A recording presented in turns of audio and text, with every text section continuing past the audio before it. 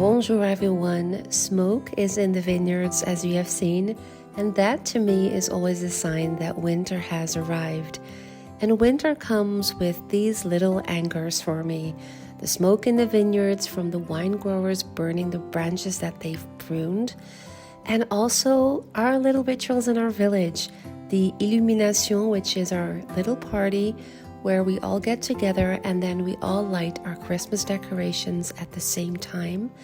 And honestly, it's here to remind us that this year will soon be over and the light returns in only a few days now.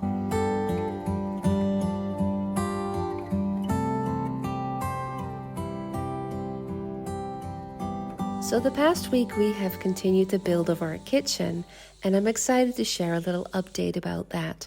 If you're new to this channel, welcome. I have seen the channel grow over the past weeks.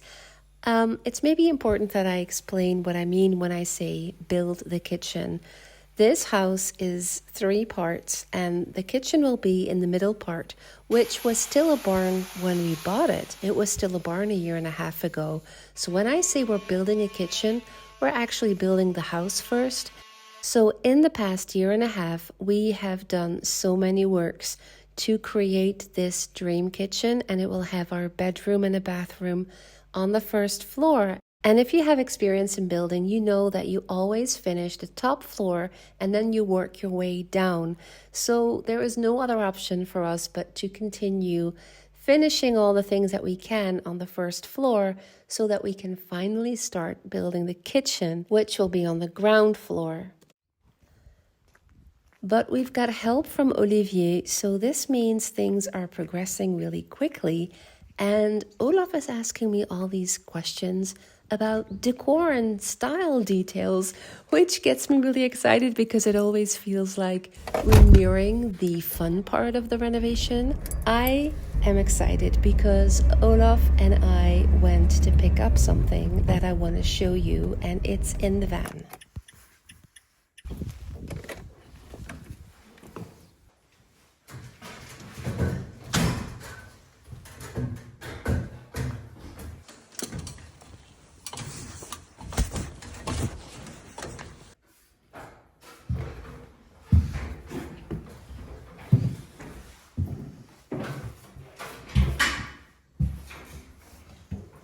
Salut! Bonjour, ça va? Ça va et toi? So as you can see, all of the drywall has been put up here and Olivier is doing all the finishings for it. This will be our bedroom and it will also have a bathroom. There will be a shower and a toilet behind the door to the left, and then in the corner to the right, I will have a bathtub and a sink. And so this is all nearly finished, meaning our goal is to have all the drywall sanded and ready to be painted. That is when the most of the dust that we'll make doing all these building works will be finished. I don't know what order Olav has in his head in terms of when he wants to install the bathroom. I think we'll quite quickly try to go downstairs and start doing some bigger works that we need to do there still. Anyway, I am excited because I want to show you what Olav and I got the other day when it was a very rainy day, and I was so lucky to find something that I have been dreaming about for a long time. Maybe you remember my original designs for the kitchen, but now that we have changed the floor tiles to Tomit, that is very defining what the vibe in the kitchen will be. So I made some adjustments to my design, and one of the things that was top of my list was these big built-in cabinets. I had found gorgeous doors, I think maybe even over 3 years ago, could even be 4, porte de placard, original ones, really nice. We were going to create the built-in cabinet with that. But then I realized that it wouldn't allow me to see my beautiful collection of brocante dishware, and I felt I really wanted to have glass doors. I was so excited that I finally found them online, and now the idea is to create a cabinet a bit like this And the other doors that I just showed you, we'll use those to create our wardrobe in the bedroom. Wil je nog twee naast elkaar al doen? Ja.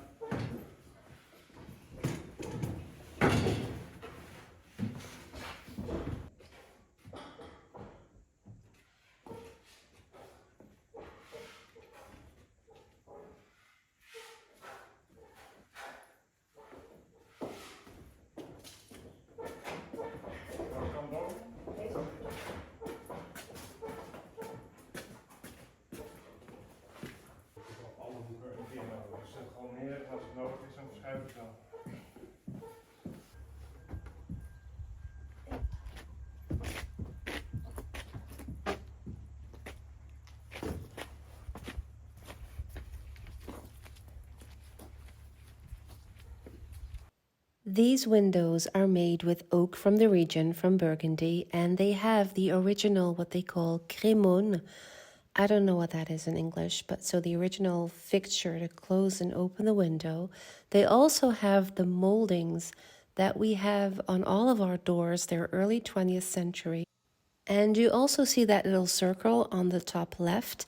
That is the old joinery that they used, which is a cheville in French. And I normally really like the patina on doors like this, but the issue is that one is white and one is blue. The other issue is that I think it is lead-based paint. I haven't done a test, but it's highly likely. So I just want to have them clean. And what I like about sanding is that the cheville, so the joinery, there will always stick a little bit of paint around that because you can't always remove that completely, but that actually makes them stand out, and I love it when you see those details.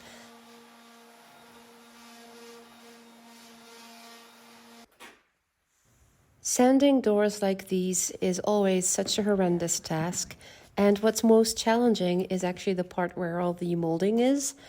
I have been doing so many of these and I know how challenging it is. And this time I want to try something different. So I used the heat gun for the doors that I sanded, and I thought I'd try something else. I'm not extremely excited about it because it's one of those, what's that in English? No, the chemical product that you put on to help remove the paint, but because there are so many chemicals in there, I really wanted to avoid using it as much as I could, so I sanded everything else, and I just wanted to try to see if using this product would make it easier to get the paint off.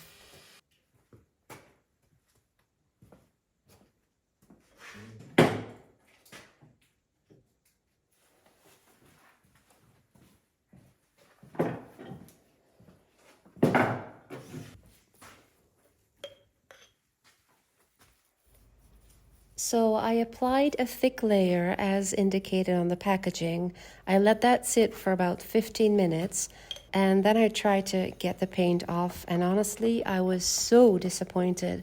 It really didn't come off very easily and it just wasn't worth it to me using all this chemical stuff with this result. So what I did actually is use the spatula thing and use sandpaper to get the last bits off, and they're not all entirely off. This also explains to me why buying doors like these, when they're all sanded and stripped, is so expensive. And we also had somebody give us a quote for how much it would cost to have them professionally sanded, and it was so expensive. I think it was 400 euros. So I said, oh, I'll just work on this for about 3 days. But when I got to this stage, I really told me I was in so much pain, and I told myself, oh yeah, maybe it was worth the 400. Anyway, here is the result of the white ones being stripped and sanded as far as I could for right now. I'll probably do the molding again and again, a couple of times more. I actually also like seeing a bit of the paint left, and I don't know how that will turn out when I do the blue one, because this one's white and the other one's blue, so that might not be very nice. And I also found this really nice, I think it's the top of a hutch, that I want to put on my kitchen countertop.